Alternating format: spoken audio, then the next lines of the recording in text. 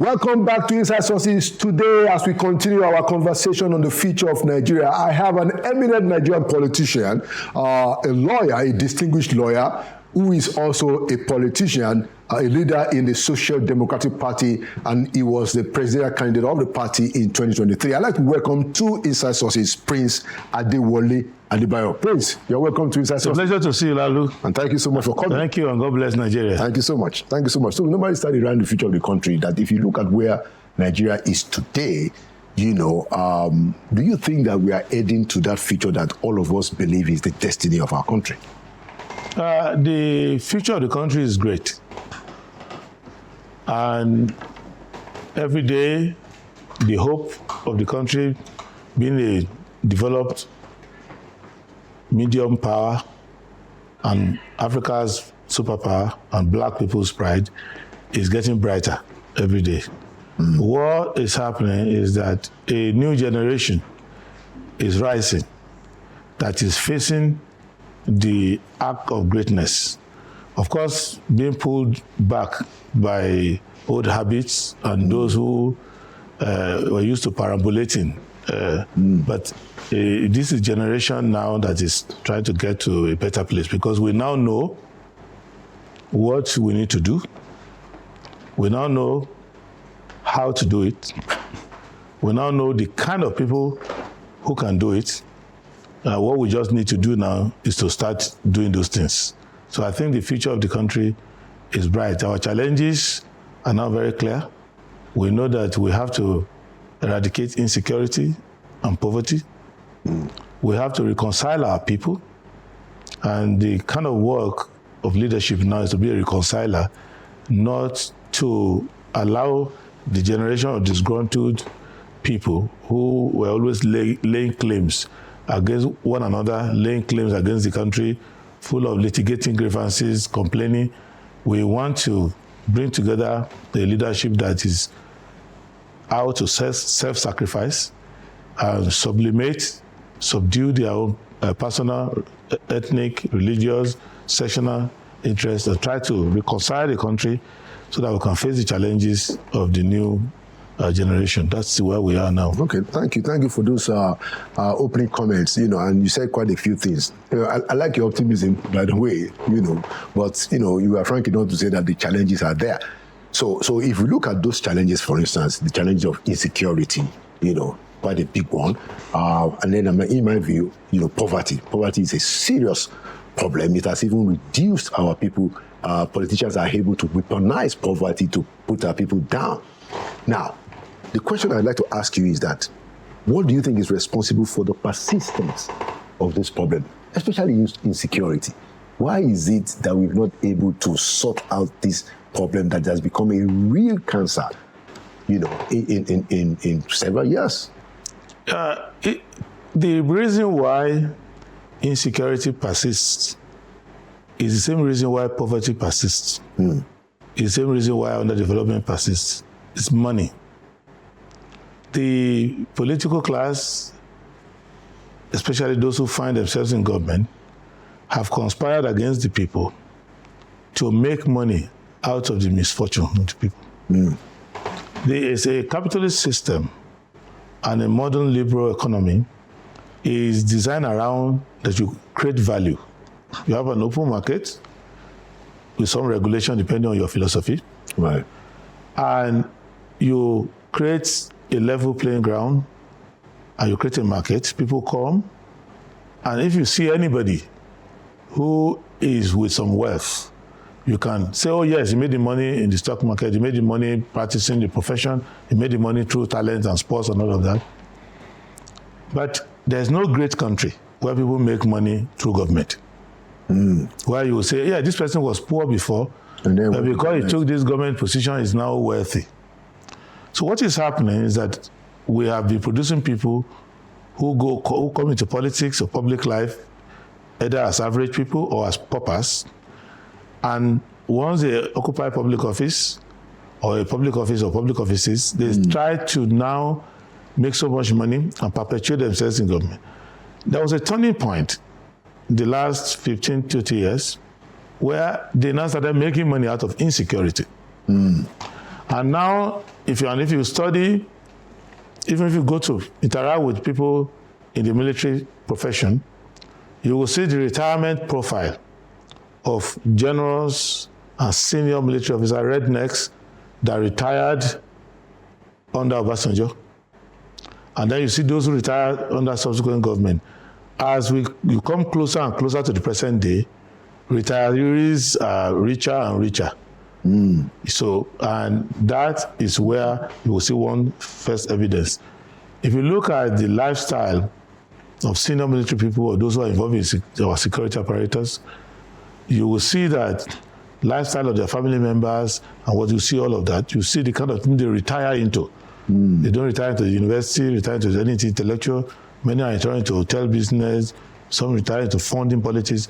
So it is clear, and from available government records, from judicial findings, from all sorts of things, you will see that there has been a convergence of a military criminal complex. It is not like you had under Eisenhower, where you have a military industrial complex. What we have now is a military criminal complex where we don't have any industry to show for it. No industry to show for it. You only see that there's a convergence between those who commit crimes and those who are supposed to stop crime. So once we have a leader, and the time is right for that now, who does not want to make money or enrich people through insecurity. Insecurity is bound to go away. It doesn't mean that the crime may not migrate to other sectors. There was a time importation of rice and cement was where criminal acquisition of wealth through government went to. So it just shows you that they are migrating from sector to sector. So that is where the problem is. Where right now, they are sitting in two squares. Square one is security square. Square two is poverty square. That's why when you look at investigations regarding misappropriation of funds and other graft, you will see it in the sector of security or in the sector of those who say they are helping us to manage poverty alleviation. Palliative poverty alleviation, and things like that. That is what is happening. It's very interesting because I can't dispute your analysis.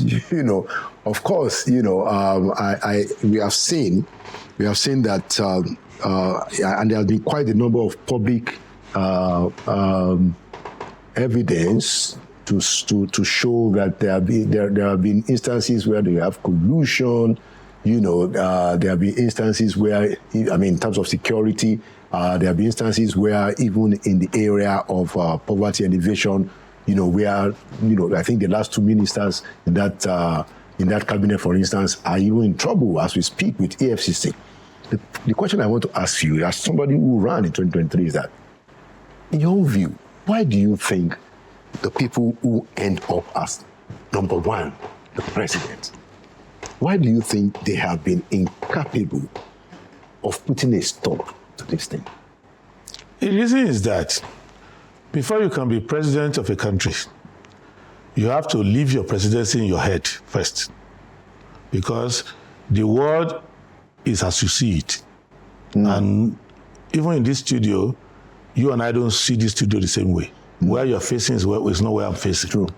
And many of the people, when they express the reasons why they want to be president, you can get some Freudian slip into a psychoanalytical insight into why they want to be president. When someone says, for example, let me start from the most recent evidence. Someone says, Emilokon, it is my turn. If you psychoanalyze that, even if you were to have a daughter who you want to give out in marriage, and someone wants to ask for your daughter's hand in marriage, and it comes to your house and says, your daughter, I'm entitled to her, it's my turn. You're going to say, your turn based on what? So you have to tell the country your understanding of the problems of the country and where you think the solutions are, who you think you can work with, and you sell your idea with a timeline of what you will do for the country. Because it's a plural system, another person will come and also tell you where he thinks the problem is. So Nigeria is like a broken down vehicle. And one mechanic will say, I think the problem is with the transmission. Okay. Now this is my reason why I think the problem is with the transmission. If you give me $1 million and I fix the transition, you will see that it will start working in 3 days. Another person says, it's not a transition problem. This car has an electrical problem. And I will give you the reason. So then the voters have to decide, okay, do we follow the man who wants to fix the transmission, or the one who wants to fix the electricity? But the man who says, hey, it's my turn to drive this car, even the car is broken down. Or somebody who doesn't want to run for president, who is to be used as a ladder by other people who want to access power. And you will see that at the end of the day, there's no way you can be prepared for the problems of the country, and you would not be able to tackle it. Even if you didn't intend to be president that week, if you have been thinking about the problem of the country for some time, you would immediately be able to apply. It's like a simulator when you want to be a pilot. If you want to fly a Boeing 737, you'll be on the simulator for a long time. Yeah. So you know all the parameters of the vehicle. And then when you come, of course, there will be a little difference in reality when you are feeling the headwinds and all of that. But in reality, you're familiar with it. That's why Obasanjo could be in prison. And you fetch him out. And he eases into the presidency. And he's running it like he never left. Because he's been running the presidency in his head. So anybody can get a 45-year-old Nigerian if he has been thinking about the problem of the country. There is nothing you will see in reality that you have not encountered during the simulation. But people who have no vision for the country, who just find out that certain interests, there are 3 types of interests we find in politics in Nigeria. You have the status quo interest. There are those who assume that if anything changes, they are going to lose. So whatever are the little privileges or advantages that they are used to enjoying, maybe access to people, protecting an unsustainable business model that with regulatory and legal changes, they will have to improve on their situation. So just like those who are selling generators, just imagine that if you have stable electricity, they will be out of a business. In reality, it's not so, because from selling generators, you can be selling transformers. True. You can be selling solar panels and all of that, but it won't change. Those who are used to stealing crude don't know that they will make more money if you have a petrochemical plant. So you go on like that. Land speculators believe that they can, if you have a proper land use management, that they can upgrade to become developers, but they just won't change. There is a second set of people who are just after money. So the same people wouldn't care whether you're under military rule or civilian rule or even foreign rule. It doesn't make a difference. What they just know is that they want to make money. They want to make money.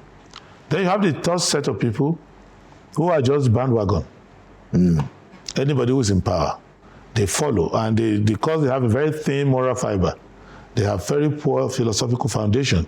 So if you can't beat them, you join them. So those are the problems we have. But in reality, because of the enormity of the problem, and because of the fact that even among those who hijack power, the spoil is not enough now, because there is a demographic justice that we have to pay. Because when you have a country of 88 million, and a few people hold it hostage, and you are managing... Well, in our case, it's over 200. No, I'm saying, no, you started when you were like... Yeah, then the population started growing and growing and growing. So the mere pressure is enough to let you know that, okay, you have to do something. Secondly, people who you have to patronize, and the country has to sustain without productivity, they live quite long, they are increasing in number, so the inner chamber itself becomes so congested that from time to time, problem bursts inside there. Is that the reason why the presidents that we've had have not been able to solve the problem? Because that's where we started, if you remember. Some of our presidents have solved some problems. For example, Security, for instance. for the insecurity one, I've explained it earlier, that the political system I get your explanation. that produces the presidents, requires them to allow people to perpetuate the insecurity because its politics of money requires you to find money that you don't have to account for. Because security is one area where you can get away with murder. Because the reason why I asked that question is that you hinted in your opening comments about a generational shift. Yes. So I wanted to understand how your own mind is working around this thing. Because I was in the presidency for 8 years, and one of the things that I came out with is that, look, we're not going to get out of this problem. This problem of insecurity, this problem of corruption, this problem of poverty, whatever it is that is the real problems, except you have a number one who is very clear on what has to happen. And one of the things that must happen, in my view, is that the president must be courageous. If the president is not courageous, you can't solve these problems. Because, and based on what you have even said, some of the analysis, you need somebody who is willing to say, look, this is just enough. I'm not going to take this. And if you have a situation where people think that, it's turn by turn, I'm just going to go there, I'm going to do my thing, I'll try my best, but at least they will also say I'm former president. So in my own view, it will take somebody that is courageous. We have not had people of that kind of courage and patriotism. What I think is that first, the president must have moral fiber. Courage is not difficult to have. Armed robbers can courageously confront police and rob a bank. So courage is not a problem. Some of the things that they do is not only courageous, it's audacious. It's courage to do the right thing. Yeah, so you have to have a moral compass. The problems are not being solved, not because there isn't sufficient courage to solve them. There is no sufficient motivation to solve them. There is a concept of intention, which for those who understand psychology, intention matters. If your intention is to sustain a fraudulent system, then you will make it look like I'm trying my best to stop it, but it's not stopping. But in reality, you are sustaining it, you are giving life to the problem. It's like, President, let me give an example, which may not be too not so clear, but you will see that in Rivers State, President Tinubu is making it look like it's difficult to resolve the issue. So it is not. He doesn't want to resolve it because it is politically advantageous. I'm giving that recent example. Same thing. So what do you think? Let's stay on that. Let me just go back. I will come back to what I'm saying is that when your politics is heavily based on money, when you enter the government, you need money to pay other people who help you. You need money to compensate yourself for your own personal investment and losses. You also need money to sustain yourself there because of lack of legitimacy. You also need money to return if you want to return. In all of these needs you have created for yourself, you want places where you can take money without trace. And insecurity, especially contrived insecurity, is one area where money can disappear. You can say, I spent 5 trillion chasing Shekau into the bushes. So nobody follow you there. But if you say, I spent 1 trillion on education, people say, where are the schools? So that's where the problem lies. But so you think that the Rivers crisis is, people trying to make money? No, well, maybe at lower level, but I'm saying that it is not hard to solve. If your friend's dog keeps barking at you each time you come to the house and almost biting you, start to suspect that your friend doesn't want you in his house because he knows how to keep his dog away. Yeah, he needs how to. And if he's not doing that, that means yes. So maybe he wants to visit, but he wants to make you a little uncomfortable. So what do you think the president would have done differently? Because you said that he didn't want to solve the problem. If in your own view, what should he have done that he didn't do in the case of Rivers? Both the governor and the minister of the FCT, who are the gladiators there, are under authority. And the minister is even more under authority. So, and the president is head of state. Anywhere there is crisis in the country, if the ambassador is fighting with his wife and they are going to strip each other naked on the street of Palermo or Milan, the president is a head of state problem now. Right. So if there is a problem in Cherubim and Seraphim Church or Anglican Church, if it's going to be an issue that will embarrass the nation, it's head of state function. Right. So what I see is an attempt to perpetuate the crisis, maybe for electoral or other advantages, but or to please persons who are in your power structure. The head of state knows what to do. Gag a minister, don't say a word. Focus on your job, which, to be fair, is you appear to be doing better than those who came before him recently. So focus on that. And call the elders of the state. If you listen to leaders like Governor Atta of Akwa Ibom State, former governor, who's the leader of PANDEV, there have been good faith effort by senior people to try to resolve the issue. There are some serious people who are profiteers, lower level people, unemployed, displaced politicians who will tell the governor don't accept, tell the other one who just want to create crisis so that they pay them appearance fees and other things. Right.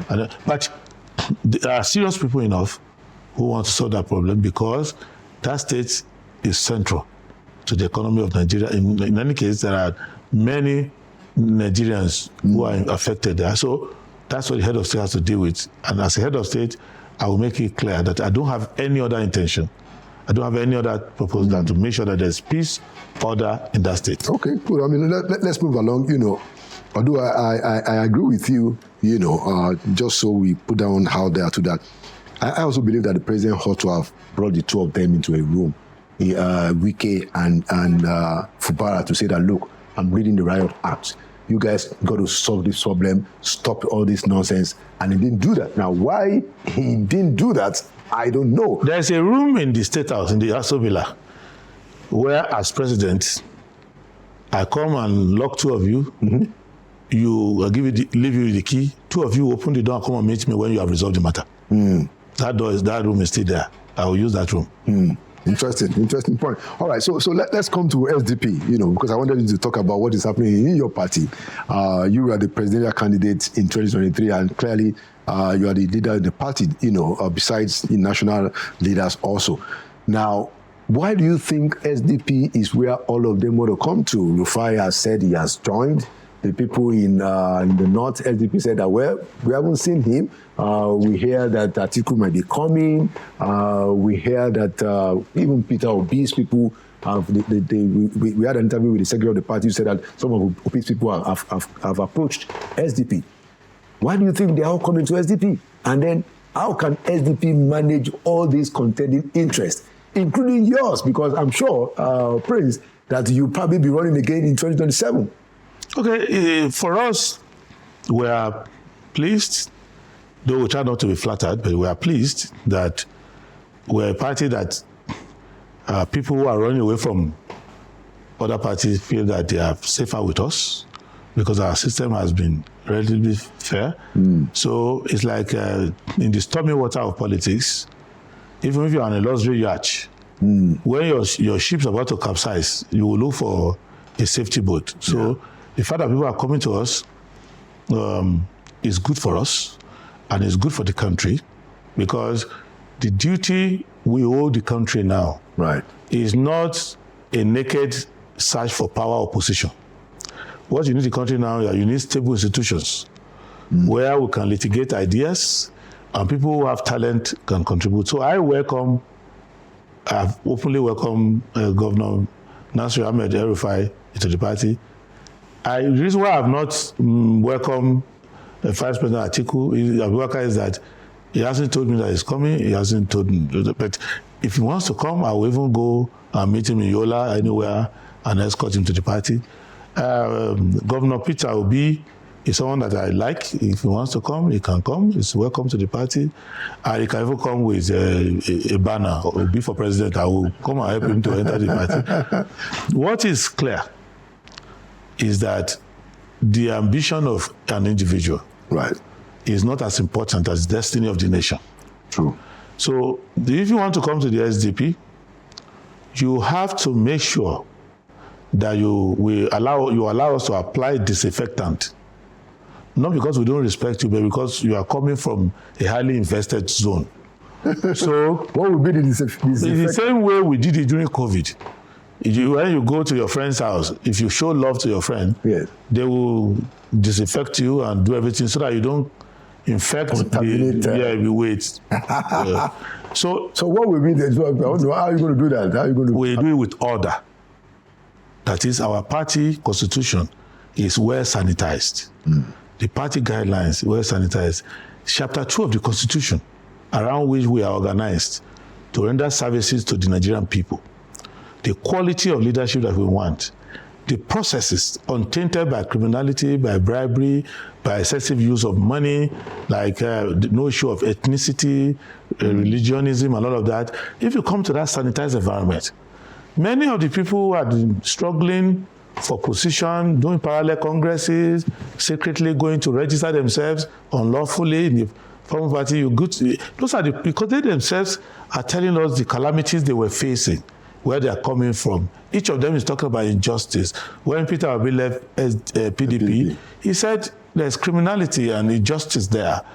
El-Rufai is not shy to talk about his personal calamities, how they embarrassed him, and how they were to give him a position, they took it from him in a disrespectful way, and other things like that. They don't hold party meetings and stuff like that. Other people who are coming, Vice President Atiku Abubakar has his own issues about how he ran, and some people in his party did not support him. They formed this, that. So everybody who is coming, we sympathize with them. We know they've gone through a lot of trauma. But our job is to say, whatever your trauma is, leave it at the door, because this political party is not about politicians. It's about the Nigerian people. Registration for membership is done at your ward level. Okay. So it is up to every member to read the constitution of the party. So 5,000 members cannot band together and say one person is not our member. If the member can prove that he went to the properly constituted ward, executive, he registered at the ward, he collected his card, his name is endorsed on the register, and he comes to the party. When INEC wants to ask who is a member of your party, they will ask the national secretary, who is the custodian, who is the chief registrar of the party. So, but we know that with leadership, you don't amplify disputes among your subordinates. You don't, even if the member who comes newly has a history of problem with his people, our duty is to reconcile everybody, because don't trust a political party that says that they will run the country if they cannot run themselves. True. Don't trust a political party that says they are going to unite the country if they cannot unite forces among them. So all these people are coming, they are big names, they've achieved a lot in politics, we recognize that, but we are not influenced by that at all. Okay, excellent. Because of our time, this will be the last question. So in 2023, it will seem that SDP intended to get its presidential candidate from the South, because I remember that Dr. Gray was actually the chairman, and I think Alhaji Gabam was the secretary. There was a switch, so that Gabam became the chairman, and Gray became the secretary, so that the presidential candidate can come from the South. Is that going to change in 2027? Is the party going to keep the presidential candidate in the South, or will there be a change? There are three issues with that. Number one, the way the country is today, 2023 was a luxury. Was a luxury? Yeah, because the crisis that has attended the Tinubu presidency has made Nigeria to wake up to the point where we are now in a major crisis.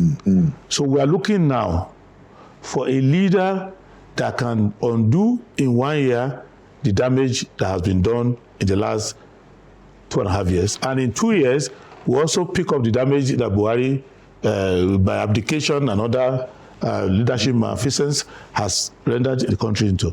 I remember that Buhari himself did not come with a clean slate, or meet a clean slate. He met some leftover problem by Goodluck Jonathan. So we now are looking for very good leadership.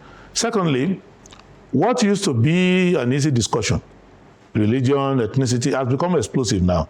So we will not use the SDP forum to try to bifurcate our people into different zones. What we are looking for now is a system where, when we make a choice in SDP, there will be more resounding joy outside the SDP. Nigeria will say, okay, finally, this platform has given the country a chance. Secondly, because I am an interested party, Right.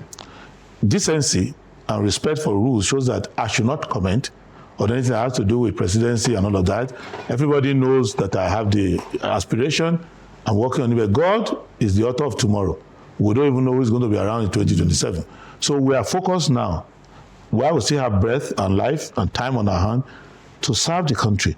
It is my prayer to God that if there is a person who God thinks is better than me to fix the problem of Nigeria, my ambition should not stop that person. Interesting. Because we want a country that works. Excellent. So that's the kind of thing we are working on at this time. Thank you so much, Prince Adebayo, for coming to Inside Sources, and thank you for your contributions. Thank you for thinking through these problems. Because you show very clearly that you have thought about these challenges very well, and that is very much appreciated. We hope that we can elevate our politics, to something that demonstrates that kind of well thought out solutions.